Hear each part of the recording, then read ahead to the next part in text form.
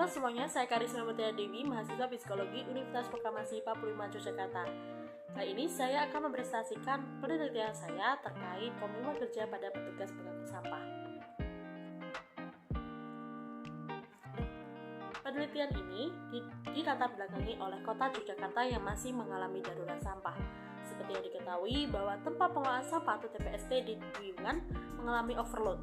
Saat ini tiap hari ada sejumlah 150 hingga 170 truk yang membuang sampah di TPST Piungan. Jika diakumulasi, total sampah yang dibuang mencapai 500 ton atau setara dengan 750 meter kubik. Sampah mengandung berbagai bahan beracun seperti logam berat, insektisida, dan sebagainya. Sehingga manusia yang kontak langsung dengan sampah dapat beresiko mengalami gangguan pencernaan kronik. Oleh karena itu perlu berhati-hati terhadap sampah yang banyak dan menumpuk. Sampah yang menumpuk dan tidak ada pengelolaan sampah dengan benar, maka akan terjadi bencana alam. Maka dari itu diperlukan perhatian dari pemerintah. Selain perhatian dari pemerintah, maka perlu juga komitmen dari petugas pengangkut sampah sebagai bagian penting dalam pengangkutan sampah dari perumahan hingga ke TPS. Pekerja pengangkut sampah yang bekerja setiap hari dapat berupaya menanggulangi bahaya pencemaran lingkungan akibat sampah. Permasalahannya adalah sampah masih menjadi masalah yang belum terselesaikan. Dengan adanya petugas pengangkut sampah, maka dapat mengantisipasi dampak kepada lingkungan seperti polusi udara, berubahnya air dan tanah, dan bau yang tidak sedap akibat timbunan sampah. Tugas pengangkut sampah yakni mengambil sampah dari setiap rumah ke rumah lainnya. Namun kenyataannya masih ada petugas pengangkut sampah yang tidak melaksanakan tugasnya dengan baik, sehingga terkadang terjadi penumpukan sampah di rumah-rumah karena petugas sampah jarang mengambil sampah tersebut.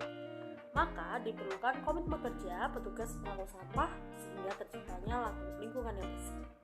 Kemenarikan penelitian ini adalah penelitian ini jarang untuk diteliti.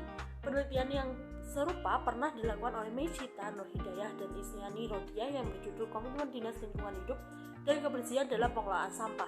Hasil dari penelitian ini adalah adanya komitmen dalam bekerja namun memiliki kendala dalam bekerja, yaitu konsistensi Dinas Lingkungan Hidup dan Kebersihan DLHK Kabupaten Sidoarjo dalam pengelolaan sampah. Terkendala oleh kurangnya anggaran di masa pandemi tahun 2020 sampai sekarang karena anggaran difokuskan untuk menangani pandemi COVID-19. Banyak program yang harus ditunda karena kurangnya anggaran, konsistensi pengelolaan sampah pada akhirnya mengalami hambatan. Perbedaan dari penelitian ini adalah penelitian terdahulu menggunakan subjek yang bekerja di DLHK, sedangkan penelitian sekarang menggunakan petugas pengangkut sampah yang merupakan bagian terkecil dari yang bertugas di desa-desa. Di sini saya akan menjelaskan tinjauan teori dari komitmen organisasi. Komitmen organisasi menurut Stiers menjelaskan bahwa kekuatan relatif dari sebuah identifikasi individu dengan keterlibatan dalam sebuah organisasi. Komitmen menghadirkan sesuatu di luar loyalitas belaka terhadap sebuah organisasi. Di samping itu, hal ini meliputi suatu hubungan yang aktif dengan organisasi di mana individu bersedia untuk memberikan sesuatu dari diri mereka untuk membantu keberhasilan dan kemakmuran organisasi. Aspek-aspek dalam komitmen kerja menurut Stiers dijelaskan 3 aspek utama, yaitu aspek identifikasi, aspek keterlibatan, dan aspek loyalitas pegawai. Menurut Sophia, mengatakan bahwa komitmen organisasi dipengaruhi oleh 5 faktor, yaitu budaya keterbukaan, kepuasan kerja, kesempatan personal untuk berkembang, disiplin, dan penghargaan yang sesuai dengan kerja. Metode penelitian yang digunakan adalah deskripsi kualitatif. Penelitian mengambil lokasi penelitian di Kalongan, Maguwarjo, Sleman, Yogyakarta. Fokus penelitian ini ditetapkan pada komitmen kerja pada petugas pengangkut sampah yang merujuk pada teori Stiers, yakni 1. Petugas rela memberikan sumbangsih kepada organisasi karena pemenuhan kebutuhan terpenuhi. Yang kedua, petugas bekerja dengan senang hati, dia menerima nilai-nilai atau aturan yang telah ditetapkan. Petugas memiliki rasa kesediaan atau mengorbankan kepentingan pribadi tanpa mengharapkan apapun. Teknik penetapan narasumber ini memakai teknik proportional sampling. Adapun yang menjadi key performance-nya adalah 1 petugas pungutan sampah dan 1 orang dari anggota keluarganya. Data dikumpulkan dengan teknik observasi dan wawancara. Data analisis dengan menggunakan konsep Mills dan Hubermans dalam Rosidi, yakni diawali dengan pengumpulan data, kemudian reduksi data, penyajian data, dan terakhir penarikan kesimpulan. Hasil penelitian, subjek merupakan seorang petugas pengangkut sampah di Desa Kalongan yang berinisial P. Subjek juga bekerja untuk memenuhi kebutuhan keluarga yang terdiri dari istri subjek dan 3 anaknya. Beliau dalam bekerja mengangkut sampah memiliki jadwal yang tidak menentu. Maka dari itu, peneliti menanyakan aspek-aspek dari komitmen. Yang pertama, aspek identifikasi. Subjek mengatakan bahwa subjek hanya diberi kebutuhan dalam bekerja, yaitu 1 buah motor roda 3 atau disebut motor Tosa. Pihak RT maupun RW memberikan kendaraan tersebut bertujuan untuk mempermudah subjek dalam pengangkutan sampah ke tempat penampungan sampah desa. Selain kebutuhan tersebut, subjek diberi gaji sekitar 1.100.000. Namun, gaji itu masih dipotong 200.000 yang digunakan untuk bensin dan untuk kerusakan Tosa selama pemakaian. Hal ini dibenarkan oleh istri subjek bahwa gaji tersebut tidak bersih, masih terdapat potongan.